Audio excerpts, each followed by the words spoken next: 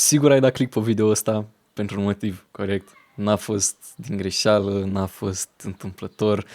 Uite, 100% Dumnezeu vrea să spune ceva cu video ăsta și 100% video ăsta e absolut pentru tine. Nu știu, nu cred că a fost nicio coincidență că ai dat click din absolut toate videourile pe care erau acolo. Poate erau Brainrot, poate erau, nu știu, Sidemen, Among Us, poate era absolut ce era din absolut toate videourile pe care le aveai pe feed. Te-ai decis să dai click fix pe video ăsta și Dumnezeu are un mesaj pentru tine. Deci fii atent.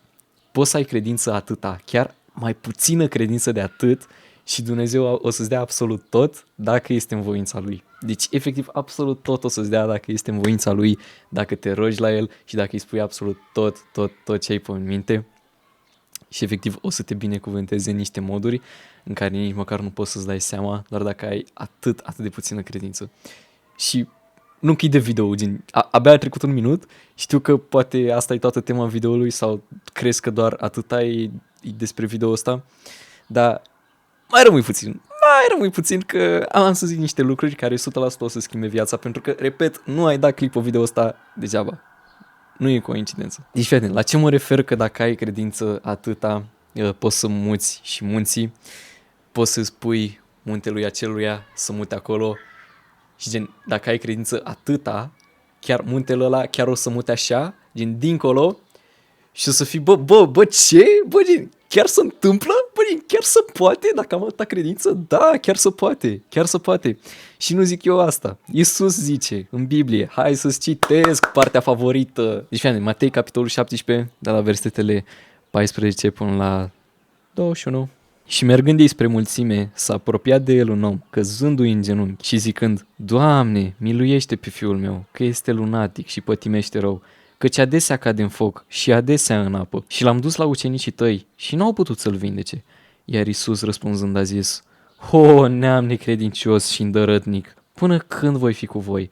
Până când vă voi suferi pe voi? Aduceți-l aici la mine. Și Iisus l-a certat și demonul a ieșit din el și copilul s-a vindecat din ceasul acela. Atunci, apropiindu-se ucenicii de Iisus, i-au zis deoparte, de ce noi n-am putut să îl scoatem?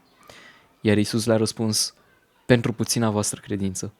Căci adevărat grăiesc vouă, dacă veți avea credință cât un grăunte de muștar, cum am zis mai devreme, că dacă ai credință atâta, eu la asta mă referam că dacă ai credință atâta, gândește că aici ai un grăunte de muștar. Gândește că ăsta e un bob de muștar. Efectiv, îți trebuie doar un bobul de credință. Efectiv, de atât ai nevoie. Veți zice muntelui acestuia, mută-te de aici dincolo și se va muta. Și nimic nu va fi vouă cu neputință. Dar acest neam de demoni nu este decât numai cu rugăciune și cu post. Deci, cum am zis, efectiv, dacă ai credință, atât de puțină credință, că nu e atât de multă credință, e foarte, foarte puțină credință. Atâta credință trebuie să ai, cât un grăunte de muștar. Trebuie să ai efectiv un bob de credință. Tu atunci când ai bobul ăla de credință, poți să muși și munții. Și efectiv doar trebuie să ai atâta credință și trebuie să spui toată încrederea în Dumnezeu că absolut orice se va întâmpla, că chiar o să întâmple atunci când e în voia Lui. Deci fii atent, ce vine de la Dumnezeu, tu gen poți să și alergi de la asta, tot o să vină la tine. Uite, nici eu nu voiam să fac videouri de gen unde aduc cuvântul Domnului mai departe și tot. Adică, într-un fel am fugit de contentul ăsta, de videourile astea. Îți dai seama că nu voiam să le fac, pentru că, nu știu, ceva în mintea mea îmi zicea că nu e bine, dar acum făcându-le am un sentiment de împlinire în mine mai mare decât, nu știu, când făceam alt tip de conținut, pentru că am fost un content creator, ca să zic așa, dar doar că făceam pe America, pe engleză. În fine, asta nu contează, dar pot să zic că și eu, gen, din experiența mea personală. Chestia asta ce fac acum 100% de la Dumnezeu și efectiv am fugit de ea, eu nu voiam să fac chestia asta. Dar și asta încerc să zic că și ce e de la Dumnezeu, gen poți să și fugi de ea, tot o să vină la tine. Dar ce nu e de la Dumnezeu, poți să fugi către lucrul ăla și nu o să-l prinzi niciodată. Deci niciodată nu o să-l prinzi. Am încercat să merg în niște modalități vechi pe care le făceam eu înainte, să fac niște bănuți, să așa, și nu mi-au mers pentru că nu erau de la Dumnezeu, efectiv. Dar efectiv fugeam către ele, cum ți-am spus, și nu mergeau, pentru că nu erau de la Dumnezeu, nu erau de la Domnul. Și acum fii atent, hai să-ți mai zic și în Luca, capitolul 17, versetul 5 și versetul 6. Și au zis apostolii către Domnul, sporește-ne credința. Iar Domnul a zis, de a-ți avea credință cât un grăunte de muștar. Bobul de credință, efectiv, bobul de credință.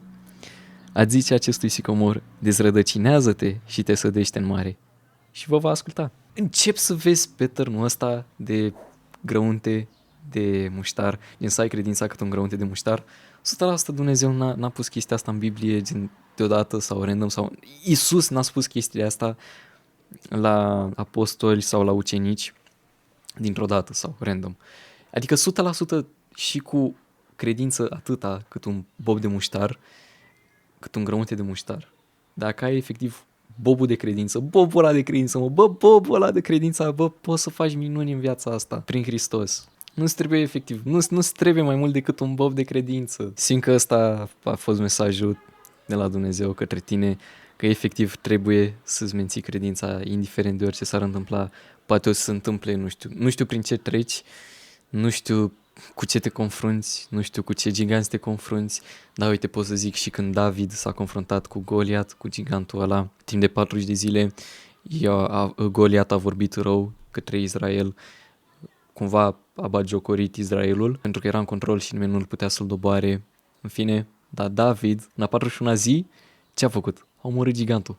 Bă, David, un om extrem de mic, efectiv, foarte, foarte mic, a doborât un gigant, un dita mai gigantul. Dar cum? Cum l-a doborât? Cu Dumnezeu. Prin Hristos. Așa l-a doborât. Poate Dumnezeu vrea să zică acum că tu ești într-un 40. Poate că, nu știu, ceva nu-ți merge bine, poate că ești testat în anumite feluri. Cumva e o perioadă de testare, de tranziție, unde efectiv Dumnezeu vrea să te ducă dintr-un punct așa, să te ducă într-un punct în care nici măcar nu poți să-ți dai seama, ți-l imaginezi, nici măcar nu poți să fii aici, e mult mai sus de atât, pentru că doar Dumnezeu poate să facă chestia asta. Și uite cum David efectiv a omorât gigantul a 41-a zi, uite, a 41-a zi o să vină și la tine în curând. Poate ești într-un 40, cum ți-am zis, dar Dumnezeu zice că 41-lea e acolo la ușă, bate la ușă acum. Bate la ușă acum și te așteaptă pe tine. E efectiv atât de aproape încât nici măcar nu poți să-ți dai seama. Acum sper că te-a ajutat video ăsta cu ceva. Dacă chiar îl simți pe Dumnezeu mai aproape de tine și vrei să mă ajungi și pe mine, dă-și tu un like, dă-și tu un subscribe, dă-și tu un share, dă-și tu un hype, dă ce vrei tu, nu contează. Dacă vrei să dai, îți mulțumesc. Dacă nu e nicio problemă. Dar m-ar ajuta extrem, extrem de mult. Și dacă te-am ajutat, nu știu, scrie și tu în comentarii, amin. Doamne, sunt pregătit să mă binecuvântezi și să intru în a 41-a zi. Nu uita să ai bobul ăla de credință, că bobul ăla de credință face minuni. Crede-mă. Și dacă nu mă crezi pe mine, crede-l pe Iisus. Matei 17:20 și Luca 17:6. Te pup și ai grijă de tine. Amin!